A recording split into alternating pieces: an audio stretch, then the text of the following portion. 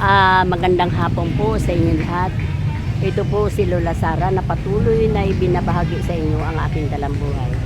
Alam po ninyo, nung kami bagong kasal, nayaya ko ng aking asawa na patuloy na doon na kami mamuhay sa kanilang lugar, sa Buhi, Camarines Sur. Alam po ninyo sa simula, napakaganda ng takbo ng aming buhay. Hindi pa sa akin ipinagkakaloob na ako ay magamot.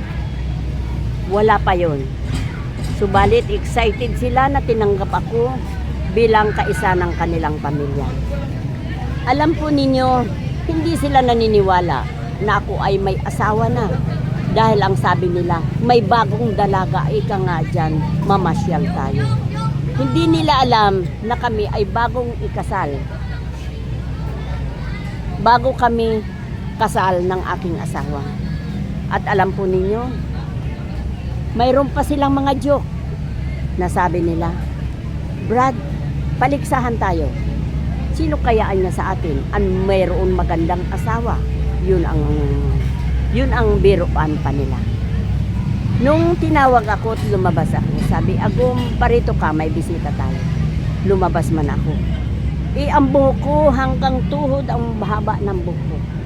Alam po ninyo, ang sabi ng mga kapatid ng asawa ko, sa buhok lang ika nga, talbog na tayo.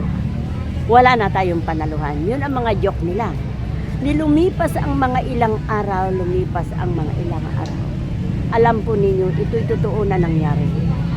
Hindi ko sukat akalain, pagdating ng alas 6 ang hapon, para bagang namalik mata ko. Mayroon tao na nakaputi at nakaitim, nag-aakbayan sila. Ang sabi, tao po, pwede po ba makahingi ng tubig? Yun ang sabi niya. Hindi ko pinansin yun, sapagkat ang panganay kong anak, at may isa na kaming anak, nag-iiyak, gumagawa ako ng didi. Nagpapakulo ako ng tubig. Ilalagay ko sa termos. Alam po ninyo, nag-uusap yung dalawang babae na nakasuot ng puti at itim. Alam po ang sabi niya,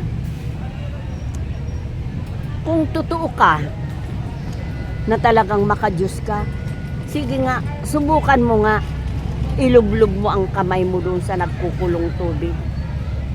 Nagtaka ako sa dalawang babae na yun. Hindi ko naman sila kakilala. Na nakangiti para po sa akin. Matindi ang paniniwala ko sa Diyos. Sino kayo? Hindi siya nag-iimik na ang sinabi na, kung totoo kang makadiyos, subukan mo nga, tipan mo sa amin. Kung makadiyos ka, subukan mo ilublob ang iyong kamay sa nagkukulong tubig. Alam po ninyo, walang sabi-sabi. Ang ginawa ko, nilublob ko ang kamay ko. Hindi ko naramdaman ang init. Paglingon ko, wala na sila sa likuran ko. Parang nakarinig ako ng tawa. Sabi ko, sino kaya sila? Kaya alam po ninyo ang kamay ko, naramdaman ko na yun ay parang longganisa na lumubo, pero walang sakit. Ang aras namin sa kasal, alam po ninyo ang ginawa ko pa. Sinuot ko, tinanggal, sinuot. Na para ng longganisa na nabaklas ang balat, pero wala ako nararamdaman na sakit. Alam po ninyo, nakita ako ng biyanan ko. Alam mo ang sabi, anong nangyari sa iyo? Bakit kanya nagdudugo ang kamay mo? Ako po ay hindi naimik dahil wala naman ako naramdaman na sakit. Doon sa pangyayari na yun, doon nagsimula na para bagang naglakbay ang aking diwa. Na pinagkakalipumpunan ako ng mga kapitbahay at tinatanong nila ako, ano ika nga yan, masakit? Pero po ang isipan ko, parang hinihila, nawawala ako sa katinoan. Alam po ninyo sa pangyayari yun, hindi ko malimut-limutan na ang sabi ng asawa ko, ano ang nangyari sa iyo? Bakit mo hinawakan ang mainit na tubig? Wala, sa loob ko lang po yun. Nung habang umiiyak na ang aking anak, nagtimpla pa ako ng gatas at pinadidik ko siya. Yun natarakanaan mga tao. Dahil pinagtitingnan nila ay nagdudugo. Minsan pinipiw pa po yan. Nagtutulo ang dugo. Sa pangyayari yun, hindi ko malimot-limutan kung sino yung tao na yun na nagsabi sa akin, makipagtipan daw ako sa kanila. Hanggang sa marami na mag-iisyuso sa akin. Pero nagagamot na po ako noon. Doon ako nagsimula na magamot. Ang ginamit ko isang kong kamay sapagkat may sugat ito.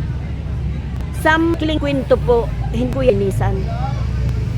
Dahil para bagang natutuwa ako na nakikita ko yun na dugo. Ang sabi ng balutin mo ika nga yan para hindi lang awi, nagkasugat po yan. Pero yung ano ko, yung sing-sing ko na yan, ibinato ko sa harapan ng asawa ko. Hindi niya kuha. Hindi niya. Dapat dinampot niya yun. Hindi sarili niya. Hanggang po sa simula doon ang kagurubilan na nangyari din ay hanggang ako'y natutulala na 1 linggo hindi daw ako kumakain, hindi natutulog. Alam po ang ginawa nila kasi pag ako daw ay bumangon, maglalakad ako ng walang direksyon. Sa haba ng buko na yan, ang ginawa ng tiyuhin namin para makaidlip sila sa kababantay sa akin. Itinatali nila ito sa puno ng haligi na buko para hindi ako makalayo.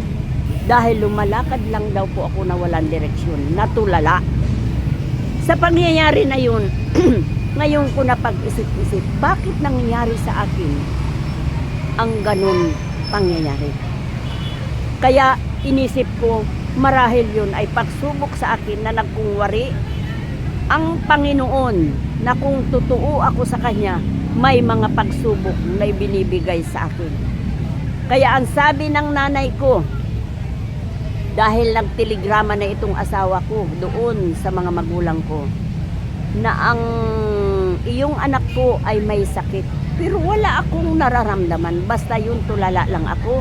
At kapag may dumating na tao na mapagamot, ginagamot ko po sila. Alam mo po ang sabi ng nanay ko, puntahan mo ang anak natin, buhay man patay, iuwi mo siya sa atin. Kaya yun na nga po ang nangyari. Ibinalik ako ng tatay ko doon sa amin lugar. Na ang sabi niya, anak, ano ang nangyari sa iyo? Bakit nagkaganyan ka? Na ang pagkaupo-upo, kung hindi ako subuan ng pagkain, hindi ako kakain. Ang sabi ng tatay ko, sige na, nganga naman ako, sige na, nguya na. Yun ang ginawa sa akin ng mga magulang ko. Paano kung wala ako magulang? Di sa nangyari sa buhay ko na yun, na nawala ako sa sarili ko. Marahil wala na kamtangan, wala na sabing halaga ang naging buhay ko. Kaya sa pangyayari na yun, na mga pagsubok sa akin, ngayon na iisip ko, bakit ganun? Kaya pwedeng sabihin nila, pagtawanan ako dahil wala daw ako sa katinoan. Pero mula noon hanggang ngayon wala pa ako naiisip na gumawa ako ng kamalian na makasakit ako sa aking kapwa. Ayun lang, kapag ginagamit yata ang isip ko, tulala ako sa isang gilid. Kaya sa pangyayari po yun na nangyari sa akin doon sa lugar, sa Buhi, Camarinesor, yun lang ay hindi na pagtiisan ng asawa ko. Na yun pala ay marahil pagsubok sa amin kung paano namin sana balikatin ang nangyari sa aming buhay. Hanggang sa naikwento ko na po sa inyo na nagkasakit na itong asawa ko, kaya nagkaroon kami ng mga panata sa buhay. At siyempre, anong gagawin ko? Sa punto na yon na dinadagsaan ako ng tao na humihingi ng tulong sa akin, na kahit ako wala sa sarili ko, naiisip ko pa rin na tulungan sila. Isipin po ninyo, kung ako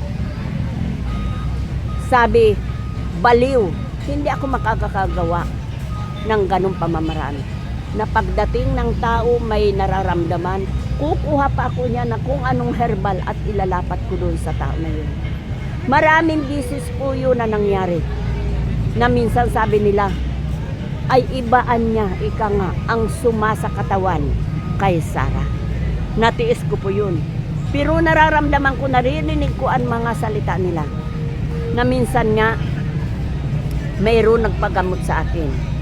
Lasing siya, marahil sinusubok man ako. Ang sabi ko, mamiya ka na po bumalik kapag hindi ka nalasing. Nagpupumilit siya. Pinabayaan ko siya. Nagbalik siya kinaumagahan, hindi nalasing. Alam po ninyo ang kwento sa akin.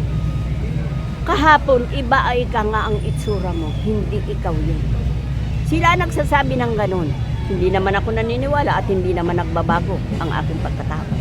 Kaya sa mga maraming mga pagsubok na dumating sa aking buhay, ngayon ko na pagninilay-nilay,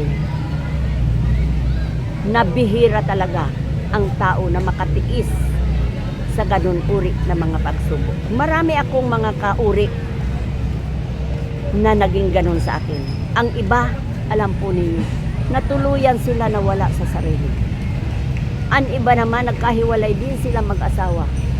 At kung ano-ano ang nangyari sa kanilang buhay. Pero ako nanindigan. Alam ko, ito na nangyayari sa akin ay kagustuhan ng Diyos. Pagtitiisan ko po ito. Na anuman mga pagsubok, tiniis ko po yan. Na minsan, nung nagawa namin na magkaroon ng sakripisyo dahil nagkasakit nga ang asawa ko, namanata siya. Lumapit pa kami sa isang pare, ngumpisal kami kung tama ang gagawin namin na magsakripisyo ng ganun uring sakripisyo. Kaya mga minamahal kong takasubaybay, ito po ang naging karanasan ng aking buhay. Napakahaba ng aking kwento kung iisa-isahin ko mula noon at hanggang ngayon. Salamat po.